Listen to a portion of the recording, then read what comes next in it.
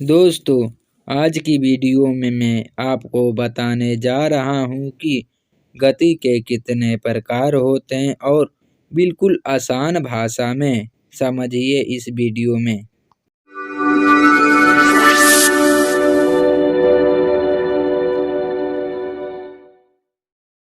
गति यदि किसी वस्तु की स्थिति में समय के साथ साथ परिवर्तन हो रहा हो, गति कहलाती है।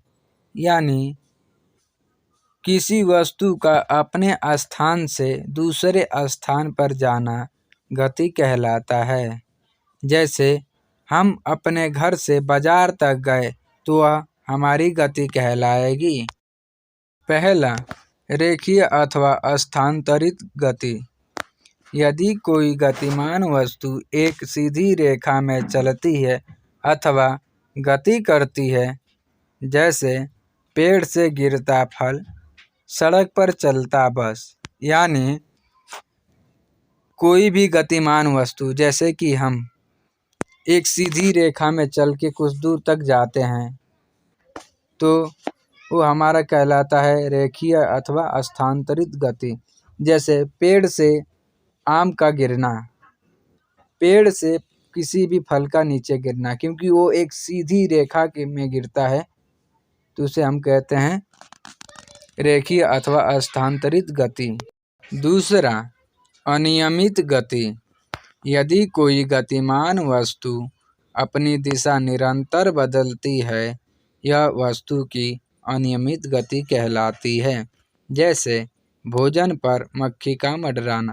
यानी कोई भी गतिमान वस्तु, कोई भी वस्तु जैसे वो चलती है तो वो सीधा ना जाके कभी दाएं कभी बाएं, कभी ऊपर कभी नीचे मुड़ती है या चलती है, उसे कहते हैं अनियमित गति। जैसे एक बच्चे को ले लीजिए, एक बच्चा सीधा कभी नहीं चल सकता, क्योंकि वो कभी इधर भागेगा कभी उधर भागेगा, उसे कहते हैं अनियमित गति, यानी किसी भी दिशा में जाना।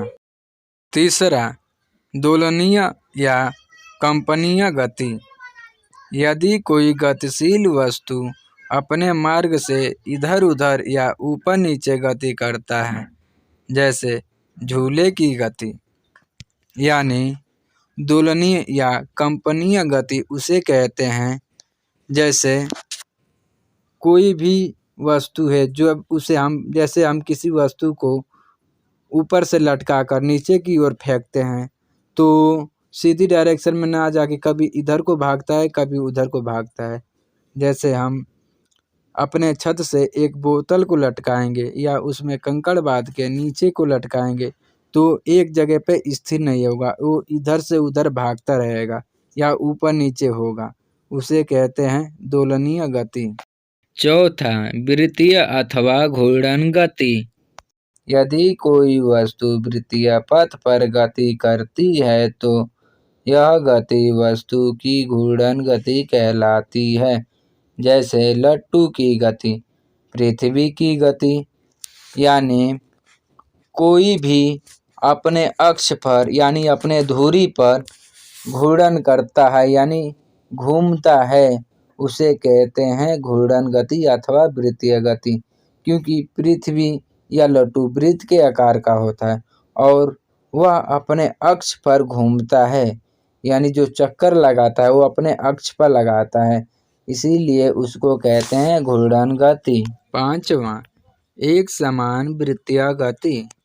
जब कोई वस्तु वृत्तीय पथ पर समान समय अंतराल में समान दूरी तय करती है, जैसे सूर्य के चारों ओर पृथ्वी की गति, यानी हम किसी भी वस्तु को, जैसे वो वृत्तीय मतलब गोल, किसी भी वस्तु का गोल होना और वह अपने अक्ष पर एक समय के अनुसार वह समान दूरी तय करती है, यानी पृथ्वी का एक समय के अनुसार सूर्य का चक्कर लगाना, ये भी एक वृत्तीय समान गति है।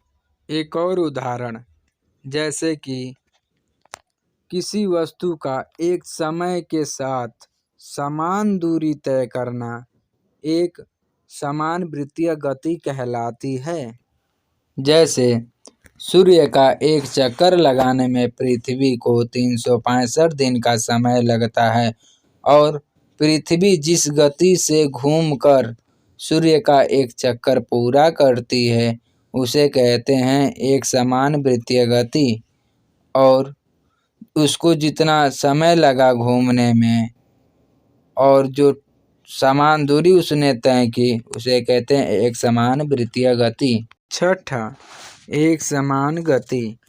जब कोई गतिमान वस्तु किसी निश्चित दिशा में समान समय में समान दूरी तय करती है उसे कहते हैं एक समान गति।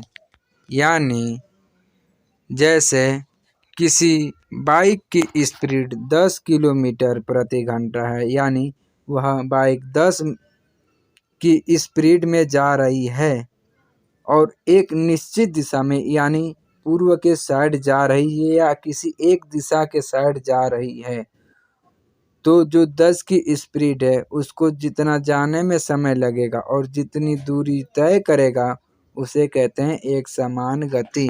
सातवां, असमान गति। यदि कोई वस्तु समान समय में भिन्न भिन्न दूरी तय करती है उसे असमान गति कहते हैं। जैसे सड़क पर दौड़ती मोटरसाइकिल, यानी किसी भी व्यक्ति को अगर 5 मिनट में उसको घर से बाजार जाना है तो वह व्यक्ति 5 मिनट के समय में ही अलग अलग दूरी तय कर सकता है, यानी बाजार से घर और घर से बाजार या और भी कहीं जा सकता है, तो उसे कहते हैं समान समय। यानी समय तो उसको 5 मिनट मिला था पर वो दूरी अलग अलग जगह जाके पूरा कर दिया। इसका पार्ट 1 और पार्ट 2 देखने के लिए डिस्क्रिप्शन में लिंक दिया गया है, आप वहां से पूरी वीडियो अच्छे से देख सकते हैं और समझ भी सकते हैं। अगर आपको मेरी जानकारी अच्छी लगी हो तो ऐसे ही और बेसिक नॉलेज जानने के लिए आप हमारे चैनल प्रजापति बेसिक नॉलेज को लाइक करें, सब्सक्राइब करें, बेल आइकन दबाकर ऑल पर क्लिक करें।